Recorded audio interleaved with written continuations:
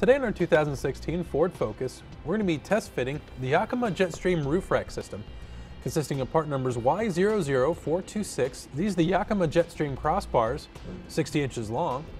Part number Y06146. These are the baseline towers for the Yakima Crossbars. And part number Y06135 and Y06105.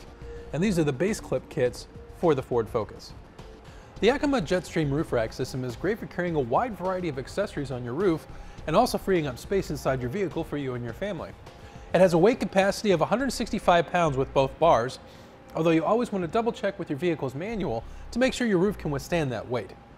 If we remove our end cap, you can see it has a rubber strip along the center here, and that coupled with the aerodynamic shape of the bars will cut down wind, noise, and drag while you're driving. Also, because it has that strip, you can use this roof rack system with T-track accessories. And you don't have to cut or remove the strip as you do with other roof rack systems. Instead, you just push this down and slide your T-track accessory in. Also, all the end caps here do have these knockouts which you can replace with Yakima same key system locks. So once you place this onto your roof, it can secure it to your roof as well. Now that we've gone over some of the features of the roof rack system, let's go ahead and show you how it installs. We have our rear bar partially assembled on our table here. Our first step is to install our plastic piece here, and it just snaps into place on the top of our baseline kit, like so. Then you see this open slot here, and that's where this metal bracket will be installed. You flip it up upside down, you'll see that it's blocked off, so we'll have to take this gray tab, pull it out like so, and now we're able to get to our screw to tighten this down. We'll use our included tightening tool to do so. We'll line it up at the top here, flip it upside down, and we're just going to loosely install it for now because we need to be able to slide this onto our bar. We'll flip our bar upside down like so, and you'll see this area here, this strip at the bottom. Now normally there would be a rubber strip in this area and you would cut it to length and put it back in place, but for today's purposes we just went ahead and removed it. And you also notice, and it's kind of hard to see, along this area here you see a line of measurements, and this is how you actually get the proper spread in between your feet. So look at the instructions to check that measurement and then set it to that. Next we'll slide this portion here with our bracket into the T-slot of the bottom of the bar. This might be a little tight when you first get it.